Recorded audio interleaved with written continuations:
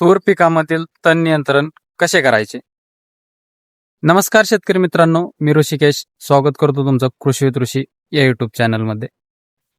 शेतकरी मित्रांनो, व्हिडिओ सुरू करण्याच्या अगोदर जर आपल्या चॅनलवरती नवीन असाल तर आपल्या चॅनलला आजच सबस्क्राईब करा.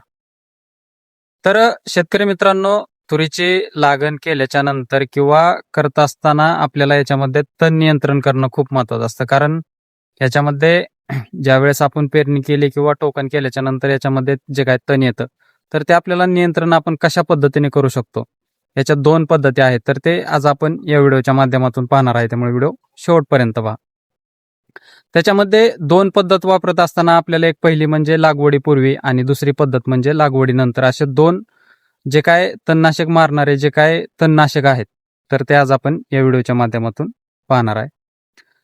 तर शेतकरी मित्रांनो, तण नियंत्रण करणं हे किती महत्त्वाचं असतं हे तर तुम्हाला माहितीच. कारण जास्त जर आपल्या तुरीच्या पिकामध्ये जर तण झालं तर त्याच्यामध्ये आपल्याला त्याच्या तुरीच्या वाढीवरती त्याचा परिणाम झालेला पाहायला मिळतो. तुरीची जी काय डेव्हलपमेंट असेल किंवा जी काय त्याची वाढ आहे तर त्याच्यावरती आपल्याला त्या ठिकाणी परिणाम झालेला पाहायला मिळतो. कारण जो काय आपण न्यूट्रिएंट देत असतो, खतं वगैरे टाकत असतो, तर ते बऱ्यापैकी आपल्याला त्या ठिकाणी ते जे काय तण आहे, गवत आहे, तर त्यांनी अपटेक केलेलं त्या ठिकाणी पाहायला मिळतात. आणि जी काय तूर आहे तर त्याला जो आपल्याला त्याची जी काय वाढ आहे तर त्या अपेक्षित प्रमाणामध्ये आपल्याला त्या ठिकाणी मिळालेली म्हणजे झालेली पाहायला मिळत नाही. त्यामुळे शेतकरी मित्रांनो, याच्यामध्ये तणनाशकाचा स्प्रे घेणं किंवा तण नियंत्रण करणं खूप महत्त्वाचं असतं. याच्यामध्ये पहिलं म्हणजे लागवडीपूर्वी, म्हणजे ज्यावेळेस तुम्ही लागवड केलेली असती तर त्या 48 तासाच्या अगोदर याच्यामध्ये तुम्हाला एक स्प्रे घ्यायचा असतो. याच्यामुळे काय होतं की जे काय तुमचे अंकुरणारे बीज आहेत, म्हणजे जे काय गवताचे अंकुरणारे बीज आहेत तर ते पूर्णपणे त्या ठिकाणी त्याला मारलं गेलं जातं आणि त्या ठिकाणी जे काय गवत आहे तर ते त्या ठिकाणी उगवून आलेलं आपल्याला पाहायला मिळत नाही. याच्यामध्ये वापरत असताना जे काय पेंडामिथिलिन जो काय कंटेंट आहे तर तो त्याच्यामध्ये वापरायचा आहे, की ज्याच्यामध्ये वापरत असताना पेंडामिथिलिन 38.7% SC फॉर्मेशन मध्ये आपल्याला त्या ठिकाणी वापरायचं आहे. याचं प्रमाण वापरत असताना 700 ml प्रति एकरासाठी 200 लिटर पाण्यासाठी आपल्याला वापरून याचा जो काय दाट स्प्रे आहे तर तो लागवड केल्याच्या नंतर किंवा पेरणी केल्याच्या नंतर 48 तासाच्या आत आपल्याला हा स्प्रे त्याच्यामध्ये घ्यायचा आहे.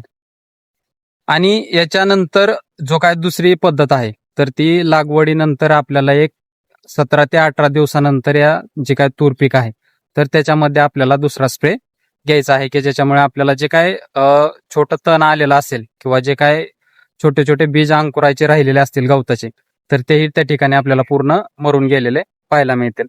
त्याच्यामध्ये दुसरं कॉम्बिनेशन वापरत असताना जे काय पेंडामिथिलिन 38.7 SC फॉर्मेशन मधलं आहे तर ते 700 ml प्रति एकरासाठी 200 लिटर पाण्यासाठी, आणि दुसरं म्हणजे त्याच्यासोबतच वापरत असताना जे काय पॅराक्वाट डायक्लोराइड आहे, पॅराक्वाट डायक्लोराइड 24% SL फॉर्मेशन मधलं जे काय आहे तर ते 1 लिटर प्रति एकरासाठी 200 लिटर पाण्यासाठी वापरून याचं जे काय कॉम्बिनेशन करून आपल्याला ते तुरीच्या पिकामध्ये आपल्याला त्या ठिकाणी त्याचा जो काय स्प्रे आहे तर तो घ्यायचा आहे, की ज्याच्यामुळे जे काय तुमच्या जे काय तुरीमध्ये गवत आलेलं आहे तर ते पूर्णपणे त्या ठिकाणी जळून गेलेलं पाहायला मिळेल आणि तुरीची जी काय पुढची काय वाढ होणार आहे तर तीही चांगल्या पद्धतीने झालेली पाहायला मिळेल आणि जे काय अपेक्षित उत्पन्न आहे तर तेही त्याच्यामध्ये मिळालेलं पाहायला मिळेल. अशा पद्धतीने तुम्ही तुमच्या जे काय तुरीचं पीक आहे तर त्याच्यामध्ये तण नियंत्रण करू शकता. आणि शेतकरी मित्रांनो, तुम्ही तुमच्या तूर पिकामध्ये कोणतं कॉम्बिनेशन वापरता, कोणते तणनाशक वापरता हे कमेंटमध्ये नक्की सांगा. आणि जर व्हिडिओ आवडला असेल तर तूर उत्पादक शेतकऱ्यांपर्यंत नक्की शेअर करा. धन्यवाद.